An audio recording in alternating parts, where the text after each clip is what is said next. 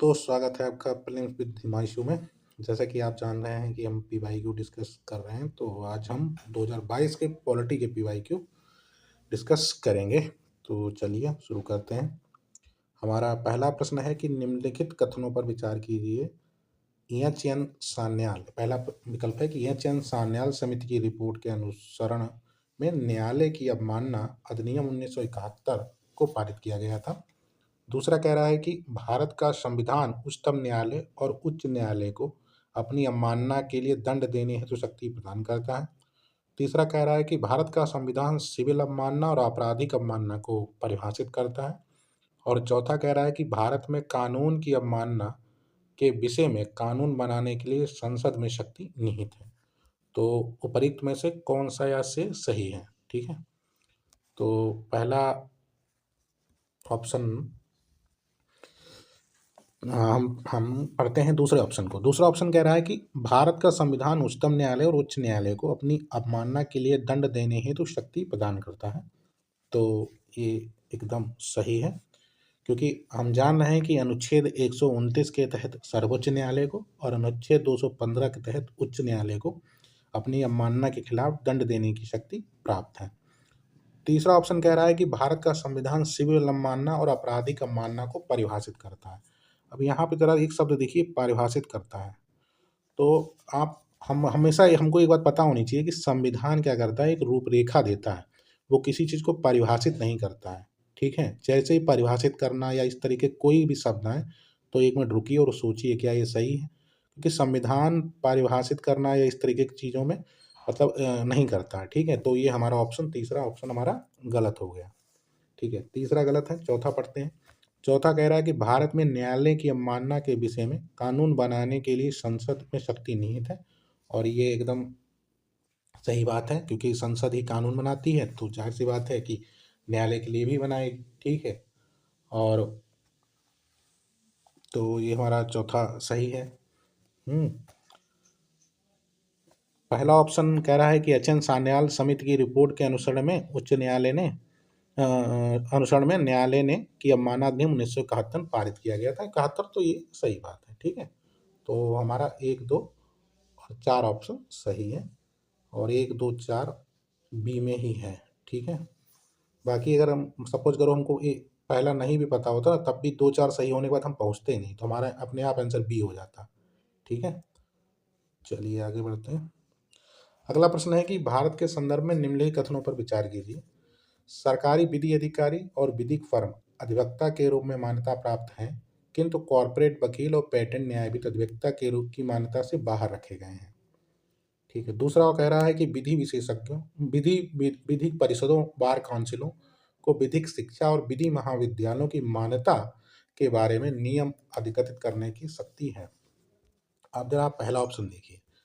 पहला कह रहा है कि विधि अधिकारी और विधि फर्म को अधिवक्ता के रूप में मान्यता प्राप्त है, किंतु कॉर्पोरेट वकील और पेटेंट न्यायविद को अधिवक्ता की मान्यता से बाहर रखा गया। तो ऐसा एकदम नहीं है। खुद सोचिए आप कि जब वो बोल ही भी रहा है कि कॉर्पोरेट वकील है, पेटेंट न्यायविद है, तो उसको क्यों नहीं अधिवक्ता की तहत रखा गया होगा, मान्यता नहीं दी गई होगी। अगर मान लीजिए हमको नहीं पता, क्योंकि हम इतना डीप नहीं पढ़ते हैं, तो हम सोच तो सकते हैं, लॉजिक तो लगा ही सकते हैं ना कि यार ये अधिवक्ता क्यों नहीं हो सकता, क्योंकि ये भी तो वही काम कर रहा है, वकील का तो कार्य कर ही रहा है, कानूनी दाव पेश तो कर ही रहा है। तो ये गलत है। ठीक है, इस आधार पर ये गलत हो गया। दूसरा कह रहा है कि बार काउंसिलों को विधिक शिक्षा और विधि महाविद्यालयों की मान्यता के बारे में नियम अधिकृत करने की शक्ति है। तो इसमें कोई बड़ी बात नहीं है, क्योंकि आप खुद सोचिए, क्योंकि बार काउंसिल पूरा जो हाई कोर्ट होता है या जहाँ भी होती हैं बार काउंसिलें, ये पूरा देखती हैं। तो ये इनको इतना तो अधिकार होता ही है कि विद्यालयों महाविद्यालयों का कैसा क्या होना चाहिए, सिलेबस क्या होना चाहिए, कैसे क्या होना चाहिए, मूलभूत क्या होना चाहिए, तो वो तो कर ही सकती हैं। अगर हम ये लॉजिक से भी करेंगे ना, तो हम ये प्रश्न को सही कर सकते हैं। दूसरा हमारा विकल्प सही है, तो हमारा आंसर क्या हो गया? बी हो गया। ठीक है, ठीक है, हमको गेस तो करना ही पड़ेगा अगर नंबर ऑफ क्वेश्चन बढ़ाने हैं। ठीक है, कम क्वेश्चन करने से पीटी होने जरा। चलिए आगे बढ़ते हैं। अगला प्रश्न कह रहा है कि निम्नलिखित कथनों पर विचार कीजिए कि किसी संविधान संशोधन विधेयक को भारत के राष्ट्रपति की पूर्व सिफारिश की अपेक्षा होती है। दूसरा कह रहा है जब कोई संविधान संशोधन विधेयक भारत के राष्ट्रपति के समक्ष प्रस्तुत किया जाता है, तो भारत के राष्ट्रपति के लिए यह बाध्यकर है कि वे अपनी अनुमति दें। तीसरा ऑप्शन कह रहा है कि संविधान संशोधन विधेयक लोकसभा और राज्यसभा दोनों में विशेष बहुमत से पारित होना चाहिए। इसके लिए संयुक्त बैठक तीसरा कह रहा है कि संविधान संशोधन विधेयक लोकसभा और राज्यसभा दोनों द्वारा विशेष बहुमत से पारित होना ही चाहिए। इसके लिए संयुक्त बैठक का कोई उपबंध नहीं है। ठीक है, तो आप तीसरा ऑप्शन देखिए पहले। कह रहा है कि दोनों से विशेष बहुमत से पारित होना चाहिए और ये एकदम सही है। आप ऐसे लॉजिक से भी सोच सकते हैं क्योंकि संविधान संशोधन की बात कर रहा है। संविधान अगर संशोधन होगा तो लोकसभा और राज्यसभा दोनों को समान शक्तियाँ होंगी कि राज्यसभा राज्यों का प्रतिनिधित्व करती है। अगर आप एक मिनट के ऐसे सोचें कि अगर लोकसभा में कोई पूर्ण बहुमत की सरकार है, शक्तिशाली सरकार है, तो वो मनचाहा संशोधन कर सकती है क्योंकि उसके बाद लोकसभा में बहुमत है।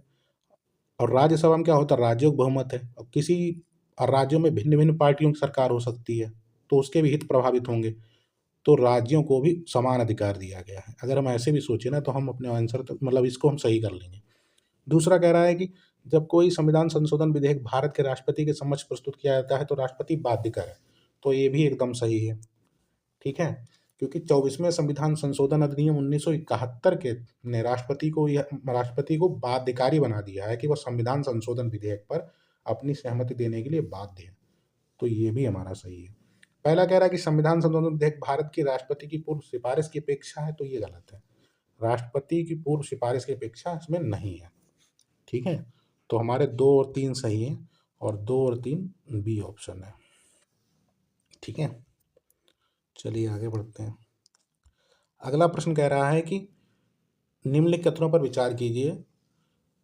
भारत का संविधान मंत्रियों को 4 श्रेणियों अर्थात कैबिनेट मंत्री, स्वतंत्र प्रभार वाले राज्य मंत्री, उप मंत्री में वर्गीकृत करता है। दूसरा कह रहा है कि संघ में मंत्रियों की कुल संख्या प्रधानमंत्री को मिलाकर लोकसभा के कुल सदस्यों का 15% से अधिक नहीं हो सकती। ठीक है, तो पहले ऑप्शन को हम देखते हैं। पहला ऑप्शन कह रहा है कि संविधान में 4 मंत्रियों का विवरण है, 4 श्रेणी के मंत्रियों को, तो ऐसा एकदम नहीं है। ठीक है, संविधान इस तरीके के विवरण नहीं देता है। ठीक है, संविधान में मंत्री के मतलब के बारे में बोला ही नहीं गया। ये व्यवस्था जो है ब्रिटिश परंपरा से ली गई है। ठीक है, तो संविधान में मंत्रियों की श्रेणियों के बारे में विवरण नहीं है। दूसरा कह रहा है कि मंत्रियों की कुल संख्या प्रधानमंत्री को मिला के 15% से ज़्यादा नहीं हो सकती। तो एकदम ये सही है क्योंकि 91वें संविधान संशोधन द्वारा ये नियम लागू किया गया कि कुल लोकसभा के कुल सदस्यों के 15% से ज़्यादा नहीं हो सकती। ठीक है, तो हमारा पहला विकल्प गलत हो गया, दूसरा सही हो गया। तो आंसर क्या हो जाएगा हमारा? आंसर हो जाएगा हमारा बी। ठीक है,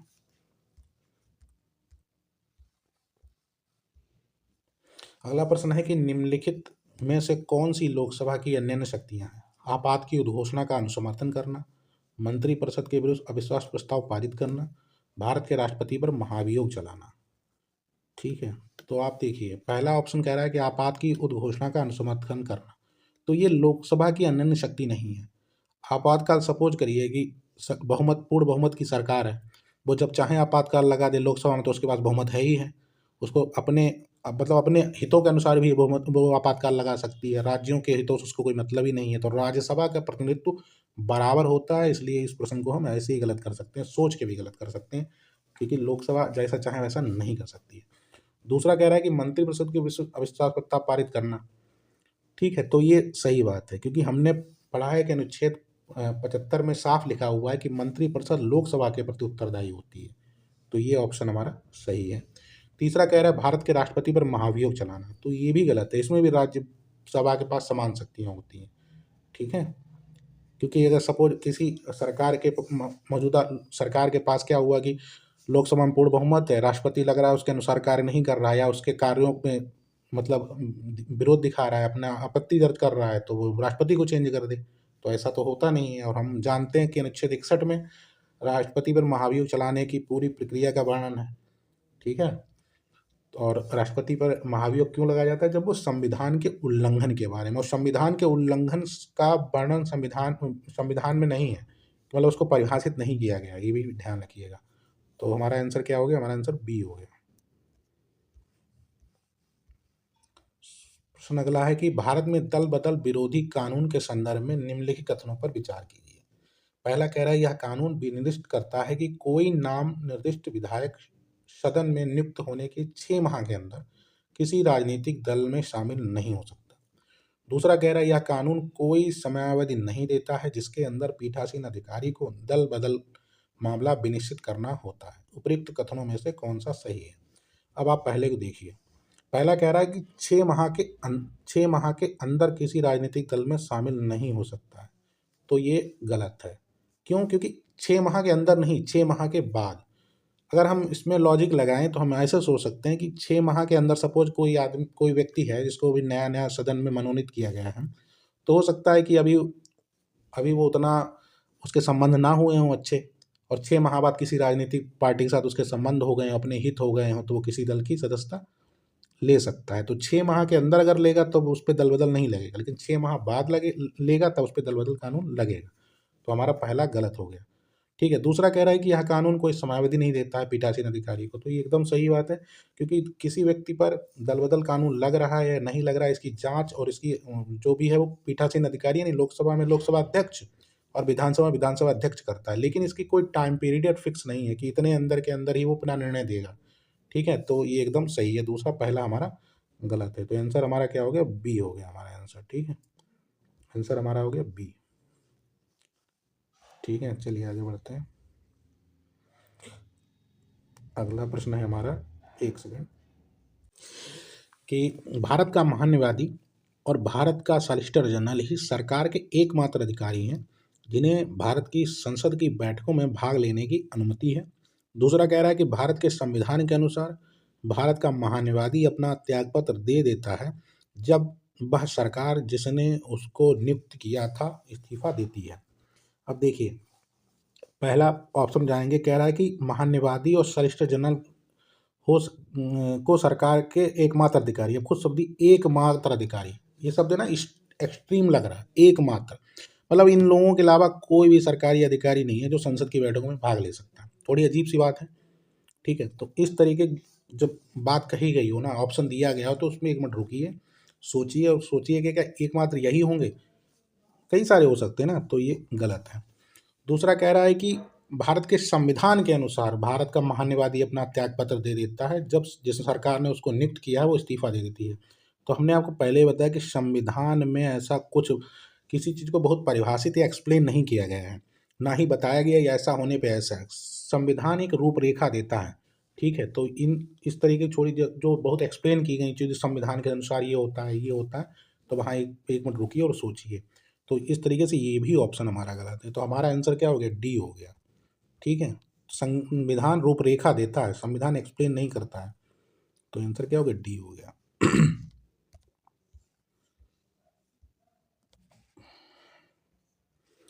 अगला प्रश्न है हमारा कि भारत के न्यायालयों द्वारा जारी रिटों के संदर्भ में निम्नलिखित कथनों पर विचार कीजिए। पहला कह रहा है किसी प्राइवेट संगठन के विरुद्ध जब तक कि उसको कोई सार्वजनिक कार्य नहीं सौंपा गया हो परमादेश या मैंडमस नहीं होगा। ठीक है, तो मैंडमस नहीं होगा। दूसरा कह रहा है कि किसी कंपनी के विरुद्ध भले ही वह कोई सरकारी कंपनी हो परमादेश नहीं होगा। और तीसरा कह रहा है कि कोई भी लोक प्रवण व्यक्ति अधिकार परीक्षा रिट प्राप्त करने हेतु तो न्यायालय में समावेदन करने के लिए याची हो सकता है। अब पहला देखिए, पहला कह रहा है कि कोई भी प्राइवेट संगठन के विरुद्ध जब तक उसको सार्वजनिक कार्य नहीं सौंपा गया हो मैंडवस नहीं होगा। एकदम सही बात है, क्योंकि केवल सार्वजनिक कर्तव्य करने के लिए ही जारी की जाता है। मतलब निजी संस्था के खिलाफ तभी जारी होगा जब वह सार्वजनिक कार्य कर रहा हो मैंडमस। ठीक है, बिना जो अगर कोई संस्था सार्वजनिक कार्य नहीं कर रही है तो उसके खिलाफ मैंडवस नहीं होगा। पहला सही है। दूसरा कह रहा है किसी कंपनी के विरुद्ध भले ही बस कोई सरकारी कंपनी हो मैंडमस नहीं होगा। एकदम गलत है। ठीक है, क्यों? क्योंकि अनुच्छेद 12 के अंतर्गत राज्य की परिभाषा के अधीन कंपनी आती है। ठीक है, और अगर कोई भी कंपनी जो सार्वजनिक कार्य कर रही है तो वो उस पर मैंडमस होगा। ठीक है, तो ये गलत हो गया। तीसरा कह रहा है कि कोई भी लोक प्रवण व्यक्ति अधिकार रक्षा रिट प्राप्त करने हेतु तो न्यायालय में संवेदन करने के लिए याची या पिटीशनर हो सकता है। पहला शब्द सुनिए, एक कीवर्ड है हो सकता है। जब हो सकता हो कीवर्ड हो ना, तो आप कई बार हो ना सही हो सकता है यार, कि इतना बड़ा है, हम बहुत ज़्यादा ज्ञाता तो नहीं है, ऐसा हो भी सकता है। हम बहुत इतना डीप ये हमारे पास फैक्ट टू फैक्ट जानकारी हो जरूरी नहीं है। तो हो सकता है हम एक मिनट रुके और सोचे, और मैक्स टू मैक्स वो सही होता है, और ये सही भी है। ठीक है, और संविधान में मतलब ये बात साफ है, स्पष्ट है कि कोई भी व्यक्ति रिट के लिए याची हो सकता है, भले ही वह व्यक्ति खुद उससे प्रभावित ना हो। ठीक है, कोई भी रिट जारी कर सकता है। जैसे किसी मामले को लेके हमने कई बार देखा होगा कि वो पिटिशनर है लेकिन वो उससे प्रभावित नहीं है। ठीक है, तो हमारा 1 और 3 सही हो गया। ठीक है। अगला प्रश्न है हमारा, आयुष्मान भारत डिजिटल मिशन के संदर्भ में निम्नलिखित कथनों पर विचार कीजिए। करंट अफेयर से रहा होगा लेकिन है पॉलिटिकल है, कि प्राइवेट अस्पतालों और सरकारी अस्पतालों को इसे अवश्य अपनाना चाहिए। देखिए, अवश्य अपनाना चाहिए बात सही है, लेकिन ये कोई कंपलसरी नहीं है। तो वो अगर ना चाहें तो वो भी कर सकते थे, नहीं भी अपना सकते थे, तो इसके लिए रहा होगा। ठीक है, तो ये कंपलसरी नहीं है। दूसरा कह रहा है कि चूंकि इसका लक्ष्य स्वास्थ्य की सार्वजनिक सार्वजनीन व्यतीत है, व्याप्ति है, सॉरी, क्योंकि इसका लक्ष्य स्वास्थ्य की सार्वजनीन व्याप्ति है, अंतोगत्ता भारत के हर नागरिक को इसका हिस्सा हो जाना चाहिए। हो जाना चाहिए ये भी कंपलसरी नहीं है, क्योंकि हम जानते हैं कि परिवार में बनता है, लेकिन सबके लिए अलाउ नहीं है। एक इसके लिए एक ना एक क्राइटेरिया है कि इतने तक के ये लोग ही इसमें शामिल हो सकते हैं, सभी के लिए नहीं है। जिनकी एक निश्चित आय हो वो शामिल हो सकते हैं, तो ये ऑप्शन गलत है। तीसरा कह रहा है यह पूरे देश में निर्बाध रूप से लागू किया जा सकता है। अब देखिए फिर से शब्द आया सकता है। जब सकता आए हो ना, तो आप ऐसे सोचिए ना कि यार इतना बड़ा है, कुछ भी हो सकता है, तो ये भी हो सकता है, बिल्कुल लागू किया जा सकता है, इसमें क्या कौन सी बात हो गई। तो ऑप्शन क्या होगा, बी हो गया। तो हमको ये ध्यान देना है, कुछ कीवर्ड्स हैं जैसे सकता है, एकमात्र, केवल, इन पे विशेष ध्यान देना है, क्योंकि ये अगर ऐसे प्रश्न जब ये कीवर्ड्स आए तो एक मिनट रुकिए और सोचिए कि क्या ये सही है। अगर मुझे लग रहा है अगर आपको इसके बारे में नहीं पता है ना, तो उसके साथ जाने में भलाई है, क्योंकि वो मैक्स टू मैक्स सही या गलत ही होता है। ठीक है, तो आंसर क्या हो गया हमारा, बी हो गया। अगला प्रश्न है, लोकसभा के उपाध्यक्ष के संदर्भ में निम्नलिखित कथनों पर विचार कीजिए। कह रहा है कि लोकसभा की कार्य पद्धति और कार्य संचालन नियमों के अनुसार उपाध्यक्ष का निर्वाचन उस तारीख को होगा जो अध्यक्ष नियत करेगा। ठीक है। दूसरा ऑप्शन कह रहा है कि यह आज्ञापक उपबंध है कि लोकसभा के उपाध्यक्ष के रूप में किसी प्रतियोगी का निर्वाचन या तो मुख्य विपक्षी दल से या शासक दल से होगा। ठीक है। और तीसरा कह रहा है कि सदन की बैठक की अध्यक्षता करते समय उपाध्यक्ष की शक्ति वैसी ही होती है जैसी उपाध्यक्ष अध्यक्ष की, और उसके विनिर्णयों के विरुद्ध कोई अपील नहीं हो सकती। चौथा कह रहा है कि उपाध्यक्ष की नियुक्ति के बारे में सुस्थापित संसदीय पद्धति यह है कि प्रस्ताव अध्यक्ष द्वारा रखा जा सकता है और प्रधानमंत्री द्वारा विधिवत समर्थित होता है। ठीक है, तो आप देखते हैं इसके। ठीक है, पहला विकल्प कह रहा है कि लोकसभा की कार्य पद्धति कार्य संचालन नियमों के अनुसार उपाध्यक्ष का निर्वाचन उसी तारीख को होगा जिस दिन अध्यक्ष नियत करेगा। एकदम सही बात है।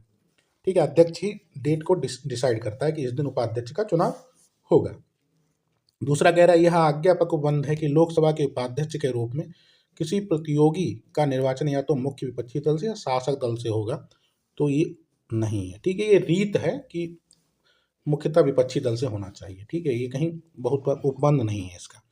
तीसरा कह रहा है कि सदन की बैठक की अध्यक्षता करते समय उपाध्यक्ष को वही शक्तियां होंगी जो अध्यक्ष को हैं। तो एकदम सही बात है, वो तो हम हमेशा पढ़ते आए हैं कि शक्तियां सेम होंगी, जो जो पीठासीन होगा उसके पास वही शक्तियां होंगी जो उस पद की हैं। ठीक है, तो इसमें कोई ऐसा है ही नहीं। चौथा कह रहा है उपाध्यक्ष के बारे में स्थापित संसदीय पद्धति यह है कि अध्यक्ष प्रस्ताव रखेगा और प्रधानमंत्री विधिवत समर्थित करेगा। तो ऐसा भी नहीं है, संसदीय पद्धति में ऐसा कोई विवरण नहीं है। ठीक है, तो हमारा क्या सही हो गया, 1 और 3 सही हो गया, यानी हमारा ए ऑप्शन। अगला है कि यदि किसी विशिष्ट क्षेत्र को भारत के संविधान की 5वीं अनुसूची के अधीन लाया जाए तो निम्नलिखित कथनों में से कौन सा एक इसके परिणाम को सर्वोत्तम रूप से प्रतिबिंबित करता है। ठीक है, 5वीं अनुसूची की बात कर रहा है। 5वीं अनुसूची में जैसे क्या है कि असम, मेघालय, त्रिपुरा, मिजोरम को छोड़कर सभी राज्यों के जनजातीय क्षेत्रों के लिए प्रावधान है 5वीं अनुसूची में, क्योंकि 6ठी अनुसूची में असम, मेघालय, त्रिपुरा, मिजोरम आते हैं। ठीक है, तो पहला कह रहा है कि इससे जनजातीय लोगों की ज़मीनें गैर जनजातीय लोगों को अंतरित करने पर रोक लगेगी। इससे उस क्षेत्र के स्थानीय स्वशासी निकाय का सर्जन होगा। तीसरा कह रहा है कि इससे वह क्षेत्र संघ राज्य क्षेत्र में बदल जाएगा। और चौथा कह रहा है इस जिस राज्य के पास ऐसे क्षेत्र होंगे उसे विशेष कोटि के राज्य घोषित किया जाएगा। तो अगर इसको हम देखें ना तो पहला ही ऑप्शन सही है, क्योंकि इससे जनजातीय लोगों की ज़मीनें गैर जनजातीय लोगों को अंतरित करने से रोक लगेगी। ठीक है, और हम जानते हैं कि जो जनजातीय जो क्षेत्र होते हैं 5वीं अनुसूची में जो राज्यपाल है, इस अनुसूची में जनजातीय क्षेत्रों के प्रशासन हेतु राज्यपाल के पास विशेषाधिकार होते हैं और राज्यपाल संसद द्वारा निर्मित कानून को भी उस क्षेत्र में लागू होने से रोक सकता है या उसको परिवर्तित कर सकता है। ठीक है, तो और राज्यपाल क्या करता है, अपनी रिपोर्ट राष्ट्रपति को सौंपता है। तो इसका आंसर क्या होगा, ये आंसर है। चलिए ठीक है, थैंक यू। बने रहिए, जुड़े रहिए, और कोई भी सुझाव हो जरूर बताइएगा। कोशिश कर रहा हूँ लगातार बेहतर करने की। ठीक है, बने रहिए पुलिंग हिमांशु के साथ।